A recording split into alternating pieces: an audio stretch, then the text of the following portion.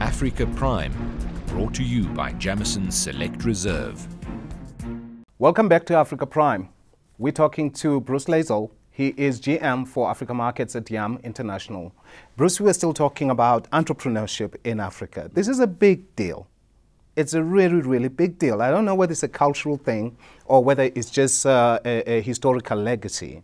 If you come to think of Europe, with 99% of that economy being actually small to medium enterprises of around 10 people or less. If you go to countries like China, up to over 70% of the people actually want to employ themselves. They don't want to be employed. They like to go out and start something.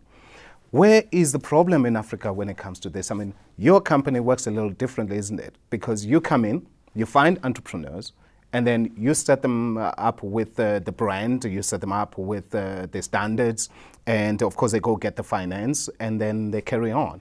You're very important in entrepreneurship. How do you see this landscape here in Africa? Absolutely. So first of all, it's lovely to travel in the continent and just see how alive entrepreneurship is.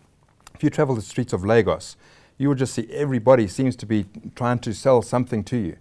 Or make something, you know, and it's interesting to drive around the cities, and there's a suburb that's looking after woodwork, and there's a suburb looking after metalwork, etc.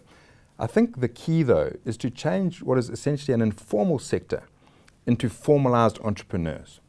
So you're correct in saying that our company works through the franchise model, and we get entrepreneurs to run those businesses. But those tend to be really big businessmen who have deep pockets to set up the entire business. What our business does, though, is every single KFC employs between, let's say, 20 and 40 individuals. Those people are getting access to our world-class standards of training. So the same training that a youngster would receive in New York City or London or Johannesburg is exactly the same training that a youngster is going to get in Accra or Lagos or Nairobi or Windhoek. This gives them straight away new skills that they're not going to learn elsewhere.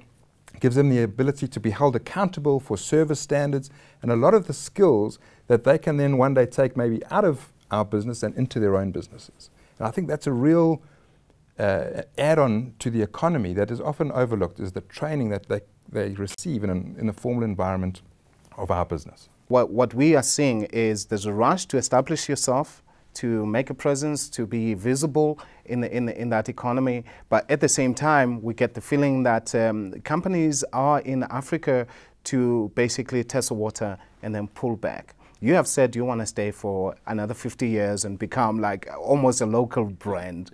Why do you think companies can't stick around Africa? From our experience, Africa is a difficult place to set up business, but the rewards are there if you see it What do you mean when you say difficult? Well, some of the things we spoke about earlier, the infrastructure challenges, the bureaucracy, taking a product that you know so well in a developed country and having to change it to meet local needs. And perhaps that's where the difficulty comes for some of these people who've withdrawn, is they haven't managed to convert their proposition so that it's a valuable proposition for the local consumer. And this is important. I keep on saying, you know, we can't take our brand, as much as it's loved by South Africans, and take it to, let's say, Kinshasa, drop it in there, and just expect people to come flooding in. Everyone says, oh yeah, but you know, there's so many Africans travel overseas and they love your brand. That's not true. You know, less than 1% must travel overseas. So we've got to start from the real fundamentals of what our brand stands for and build those intrinsic values into the consciousness of the local consumer. Let them understand the values of taste and freshness and freshly prepared. Try and convey our heritage to them. I keep on saying, before we can create brand love, we need to create brand life. And that means driving the same standards around freshness, driving the same standards around how the food is prepared, the training of our staff, the facilities that we build. You know, we're building some of the very best assets in our market, in our new markets. We've got a beautiful 3-story restaurant in Accra that I think is one of the best on the continent, including South Africa. So that's what it's about. It's about putting your brand out there so that it resonates with the local population, not going in there arrogantly assuming that you can just put up a sign and people will come flooding in. Now, amongst other things I've just noticed, you seem to have been very well prepared for your African adventure. What prepares you for Africa? So let's just state it. I am an African. I'm a born and bred African. I've grown up in South Africa, My career has taken me into the rural parts of the Transkei. When I was with Vodafone, I came and did a project on the impact that mobile phones have on developing communities. With Vodacom, I worked in Tanzania for a bit.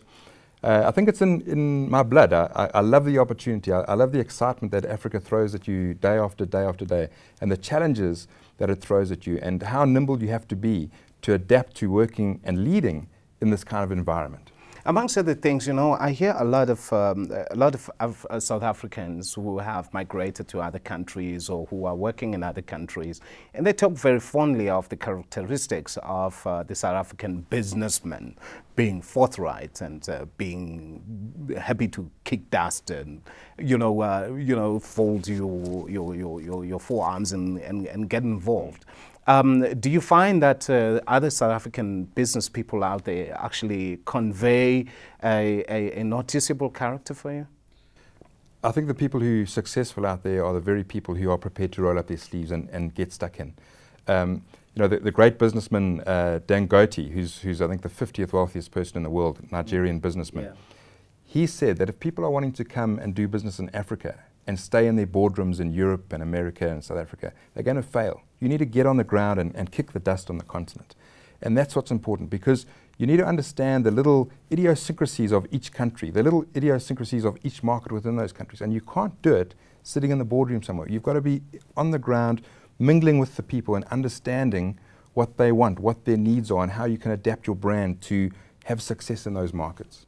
Of course, having, managing these sort of numbers of people here and looking at this huge continent, when you wake up and you go to the office, do you think there could be a crisis somewhere, or do you think, is our vision working?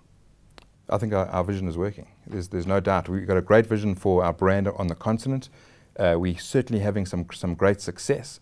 But let's not forget that it is a difficult environment, and it throws awkward things at you that you don't expect. The lack of Mali crisis coming up suddenly overnight, etc.